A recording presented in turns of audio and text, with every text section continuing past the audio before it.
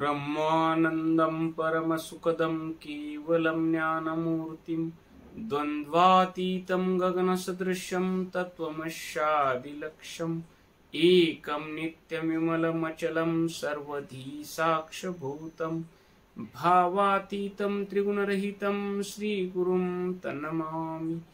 अज्ञानतिमिरान्धस्य ज्ञानाञ्जनशलाकया चक्षुरुन्मीलितं येन तस्मै श्रीगुरुवे नमः। तस्मै श्रीगुरुवे नमः। तस्मै श्रीगुरुवे नमः।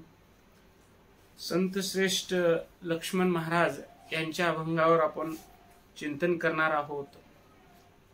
शिवनाम अग्नी पापते अरण्य, जाळीतो कारुण्य महिमा मोठा। स्वर्गीचे अमृत फिके नामा पुढे, विश्वनाथ जोडे नाम स्मरता। स्वर्गीचे अमृत कल्पांती हो नाश, नाम अविनाश असे सदा। स्वर्गीचे अमृत फिके नामा पुढे, विश्वनाथ जोडे नाम स्मरता। लक्ष्मण म्हणे भाग्यवंत नर, घेती नाम सार ब्रह्मानंदे। स्वर्गीचे अमृत फिके नामा पुढे, विश्वनाथ जोडे नाम स्मरता। या 4 चरणाच्या अभंगामध्ये संत श्रेष्ठ लक्ष्मण महाराज भगवंताच्या नामाचं महात्म्य सांगतात। त्या काळामध्ये ईश्वराच्या प्राप्तीसाठी यज्ञ होम हवन जप तप व्रत वैकल्य आणि सुखाच्या प्राप्तीसाठी स्वर्गाच्या प्राप्तीसाठी यज्ञ होम हवन सांगितलं जायचं। त्या काळात संताचे हे ब्रीद तारावे सकळ, अंतरी कळवळा उपजे त्यांच्या। बुडती हे जन न देखवे डोळा, अंतरी कळवळा उपजे त्यांच्या। संत तुकाराम असतील, संत ज्ञानेश्वर असतील, संत श्रेष्ठ लक्ष्मण महाराज, शिवयोगी संत शिरोमणी मन्मथ माऊली असतील, या सर्व संतांनी त्या काळातली परिस्थिती पाहिली। सामान्य माणूस अज्ञानात अडकलेला आहे। याला जप तप अनुष्ठान व्रत वैकल्य, स्वर्गाच्या प्राप्तीसाठी यज्ञ होम हवन या सगळ्या गोष्टी सांगितल्या जात आहेत आणि हे सामान्य माणसासाठी खर्चिक आहेत। याच्या कल्याणाचं सोपं साधन सांगितलं पाहिजे। एवढं पाप झालेलं आहे तुमचं, हा यज्ञ केल्यानंतर फिटून जाईल, हा एवढं व्रत केल्यानंतर फिटून जाईल, एवढे दिवस उपवास करावा लागल। अशा जे काही परंपरा चालू होत्या त्या परंपरेला छेद देण्याचं काम संत परंपरेनं केलेलं आहे। मग 12व्या शतकात विश्वगुरु महात्मा बसवांना स्वर्ग नरक ही संकल्पना नाकारतात। सदाचार हाच स्वर्ग, अनाचार हाच नरक। सत्य बोलणे हाची देवलोक, असत्य बोलणे हाची मृत्यूलोक। माणसाने या जीवनामध्ये सत्य बोलणं,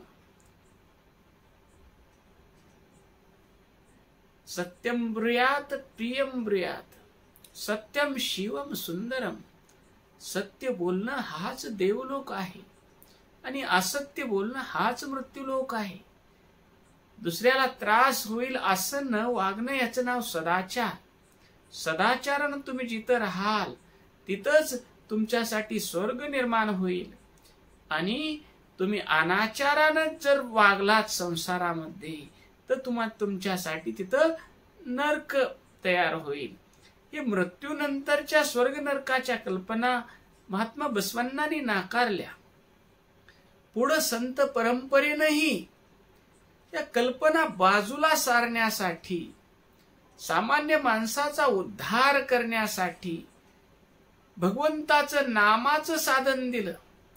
शिवनाम अग्नी पापते अरण्य, जाळीतो कारुण्य महिमा मोठा.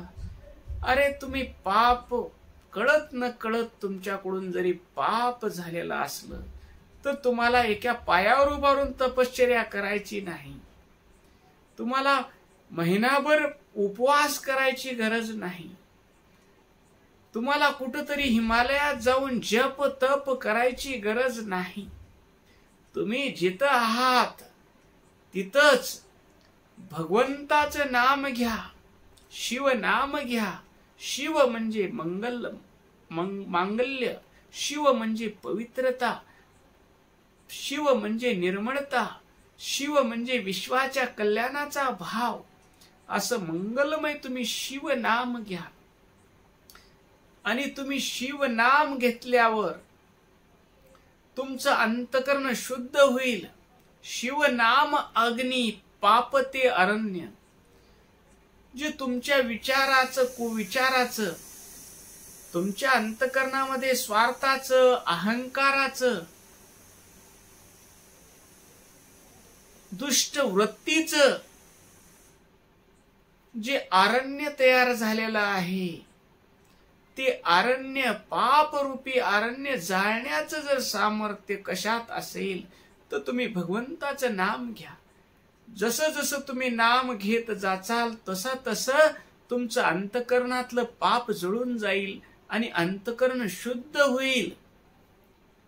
म्हणून सर्व संत ठास करतात भगवंताचं नाम, नाम तेची रूप, रूप तेची नाम, ऐशे ते निगम गरजत आहे.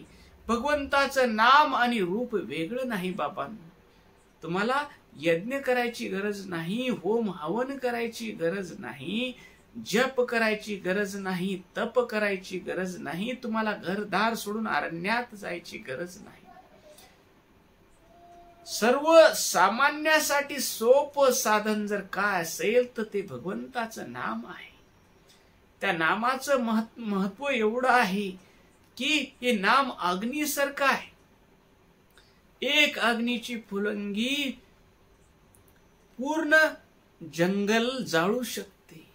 तसं तुमच्या अंतकरणातले दुष्ट वृत्तीरूपी जंगल, तुमच्या अंतकरणातलं वासनारूपी जंगल, तुमच्या अंतकरणातलं स्वार्थरूपी जंगल, तुमच्या अंतकरणात असलेला अहंकाररूपी जंगल, भगवंताच्या नामरूपी अग्नीनं तुम्ही जसं जसं नाम घेत जाचाल तसं तसं ते अरण्य नष्ट होऊन जाईल, जळून राख होऊन जाईल आणि तिथं तुमचं अंतकरण शुद्ध होईल. आणि पुढं जे प्रलोभन दिलेलं होतं की तुम्ही यज्ञ करा, हा यज्ञ केल्यानंतर तुम्हाला स्वर्ग मिळेल, हे अनुष्ठान केल्यानंतर तुम्हाला स्वर्ग मिळेल, या त्या काळातल्या जे परंपरा होत्या, या परंपरेतून संत परंपरेला संतांना कुठंतरी शोषण आहे वाटलं, म्हणून संतांनी त्याच्यावर प्रहार केला. तुकाराम महाराज म्हणतात, वेदाचा तो अर्थ आम्हाशीच ठावा, येरानी तो वाहवा भार माता. वेदाचा जो खरा अर्थ आहे, वसुधैव कुटुंबकम, विश्वची माझे घर, ऐशी मती जयाची स्थिर, किंबहुना चराचर आपणची झाला. हा शास्त्राचा गूढ अर्थ आहे. हे विश्व माझं घर आहे, विश्वातले सर्व माणसं माझे आहेत. इथं कुणी मोठा नाही, कुणी लहान नाही, इथं कुणी श्रीमंत नाही, कुणी गरीब नाही, माणसा माणसात भेद नाही. प्रभूची लेकरे सारी, तयाला सर्वच प्यारी. हे सर्व ईश्वराचे आपण लेकर आहोत. ते सगळ्याला ईश्वर सगळ्यावर तेवढं प्रेम करतो. फक्त बाबांनो, मेल्यावर स्वर्ग मिळत नसतो. आणि जप तप अनुष्ठान यज्ञ होम ह्याच्यामध्ये तुमचं आर्थिक नुकसान होईल, तुमच्या वेळेचा अपव्यय होईल. ही तुम्ही काहीही करायची गरज नाही. आणि मेल्यावर स्वर्ग जरी मिळाला, पुराणात सांगितल्याप्रमाणे स्वर्ग जरी मिळाला, स्वर्गीचे अमृत फिके नामापुढे. स्वर्गात अमृत असतं आणि त्या अमृत पिल्यानंतर आयुष्य वाढतं असं सांगितलेलं जातं. पण स्वर्ग कुणाला मिळतो? ज्याचं पुण्य झालंय.